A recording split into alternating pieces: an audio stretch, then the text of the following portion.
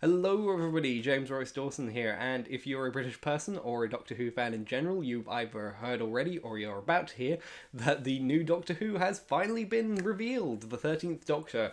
This one will be coming in at the Christmas special and joining the series properly in season 11 next year, where it will be taken over by Chris Chibnell. So who is the new Doctor?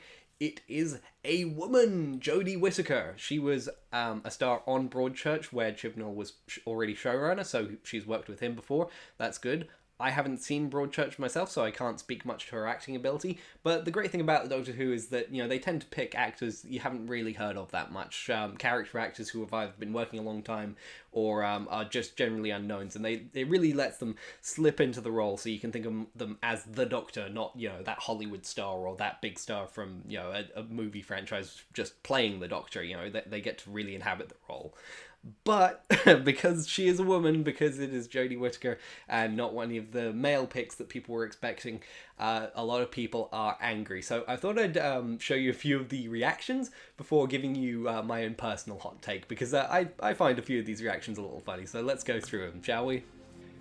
Well, there it is, folks. Progressiveness, political correctness has won yet again. R.I.P. Doctor Who. Doctor Who sucks now. It will never be as good as the one with David Tennant. But was she chosen because of her acting skill? Or because the show doesn't want to be sexist? Not being sexist, but the Doctor should be male? Oh god, this is going to fail. I'm not sexist, but it's true. In my honest opinion, Moffat killed Doctor Who, but now Chibnall will bury the show by making the Doctor female. R.I.P. Doctor Who. Well, let the shitstorm commence. That's a good comment. That's one I actually fully agree with. Yeah, don't expect ratings to skyrocket now. They're gonna plummet. Name 100 people who want the female Doctor who aren't 15-year-old feminazis. I'm one of those. I'm one of the people who's not 15 years old or a feminazi. Though that is my favourite word right now, feminazi. So yeah, those comments are the top comments on the reveal video at this current time. Now, some nicer ones might float to the top, but something tells me they aren't, because the people who make this sort of comment tend to float to the top because, anger gets ratings, that sort of thing. I just wanted to address a few of the arguments there before giving you my take as well. The idea that Jodie Whittaker was picked because she's a woman and not because of her acting skill, that seems quite dumb, because it's an argument that I feel would be applied to any female actor. Even if it was like Tilda Swinton or like an actual actress that people had heard of, they would still be making that argument, because there's this idea that any woman who gets a job that was previously a man's job in terms of acting is purely because of a progressive agenda, and not because they just want to try something new and something interesting, which the Doctor Who lore allows. There were hints and suggestions over the last couple of series in Time Lord lore that they could change gender, and the series is just making good on that. We saw the Master become Missy, we saw that Time Lord General become a black woman, whereas he was a white man before, and the Doctor, when he was Matt Smith, mentioned the Corsair, who changed gender in some of his regenerations. So this has been clearly established as possible, and why not make it a woman? Like, it's just something that's interesting, and I really don't like the idea that people are suggesting that this woman has gotten the role purely because she's a woman. Like, what kind of argument is that? Like, unless you have seen her acting and believe her to be a genuinely bad actress, then that logic is just shit. It's really bad. As for the arguments that this is going to tank the series, maybe, I don't know. I mean, Chris Chibnell is a new talent. The show is going to take a new kind of perspective. He's suggested that it's going to be a serialized story, so from however many episodes they have per season now, it'll be 12, 13 episodes of solid story, so week to week. They'll have their own individual plots, but they will all build to one massive storyline, so sort of like Game of Thrones. I really like that. I like the direction that the series will be taking. So it's going to be a very different beast, whoever the Doctor was going to be, so we don't really know what effect that's going to have ratings-wise. The show has kind of gone up and down in the last couple of years, and it did decrease when Peter Capaldi took over. I would argue that's because the show got real shit for a couple of years there, but you could argue that, it led a few of the young female fans who were attracted to Matt Smith or David Tennant. It's kind of hard to gauge exactly what the Doctor Who fan base wants, because there has been so many different iterations, and that's the thing, right? You can't fully say that it's one thing that definitely works as being the Doctor. And really, if it had just been another white male actor, I think that would have just been kind of a boring safe choice, especially after there was the uproar last time. And, you know, they've had this discussion before. It was about time, at least once, right? Like, even if this is a one-season deal, like, they can change their mind if this show really does just go through the floor in terms of ratings. I think that would be quite upsetting. And speaking of, like, giving a woman the 13th Doctor role, kind of an unlucky number. And also, Peter Capaldi got an entire, like, 30-minute special, I think, where they looked back over the history of Doctor Who before his reveal. This one, Jodie Whittaker got just, like, a short 1-minute trailer in the middle of a tennis match on BBC One. Like, I know it's the men's finals in Wimbledon, but a lot of people don't watch that, and it seems like a quite strange way to deal with that.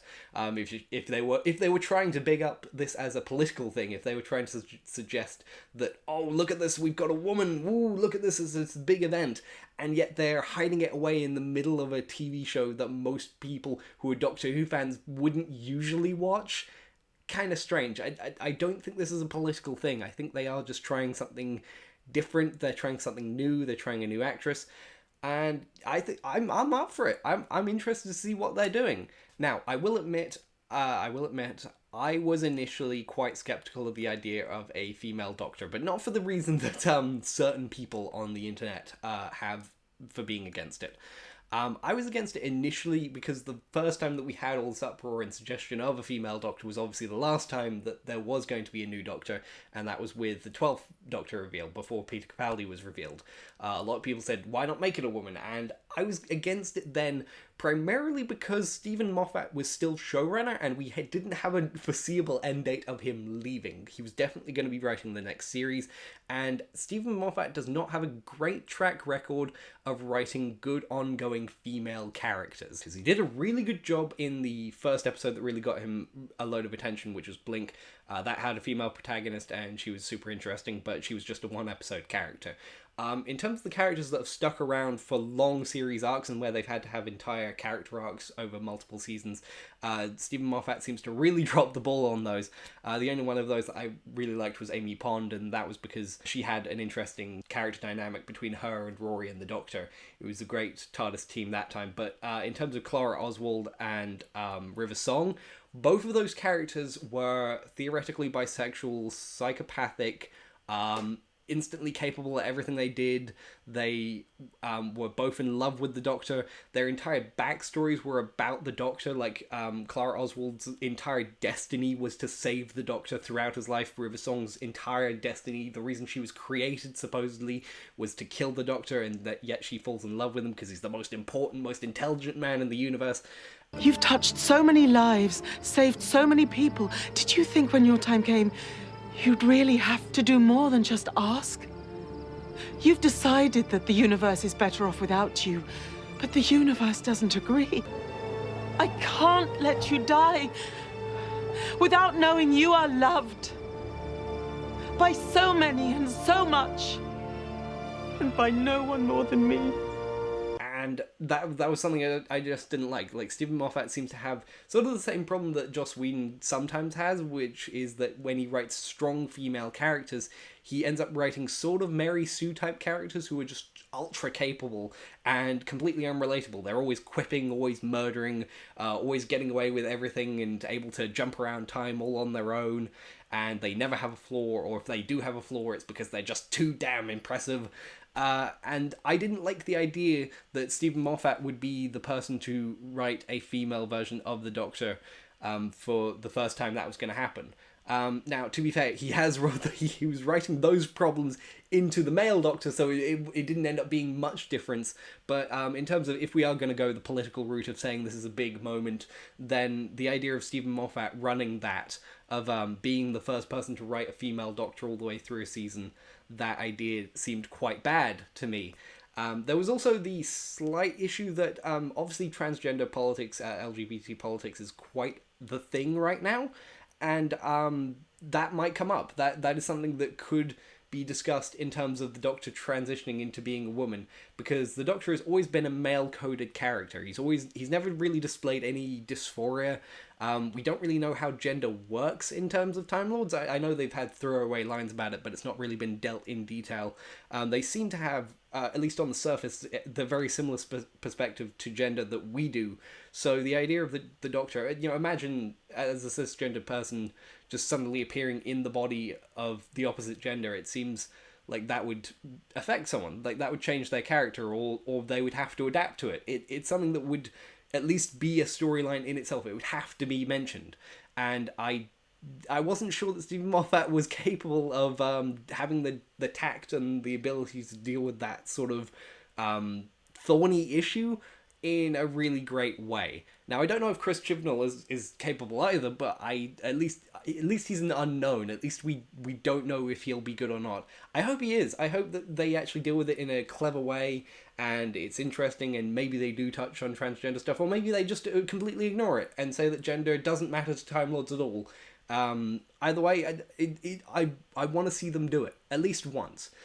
Even if we never get a female Doctor again, even if we realise, the Doctor is a male character, why not experiment? Why not try it out? Why not do something new with the Doctor? Because honestly, after this run of Stephen Moffat, I want something fresh. I want something really different. And I know that it's going to get a lot of anger. I know a lot of fans will make this a political punching bag. They'll use this as something about political correctness and say that this is feminism gone wrong. And like I said, I don't think that they're making a big political message out of this. I think that they're just trying to make a new, interesting version of the show that we've seen a million times over. I want to see that. And if we can just get through this one series, maybe we'll all realise that this was a good idea and that we should keep going with it. And maybe she'll stick around for a couple of seasons.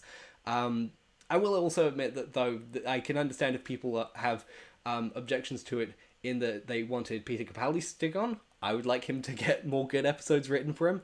I can understand if they have seen Jodie Whittaker's acting and don't feel that she's up for the role. If that's your objection, fine. There are reasons, like with the Star Trek thing, where people were saying white genocide, that I did a video about. There are serious objections to Star Trek Discovery. There's serious objections you can have to Jodie Whittaker.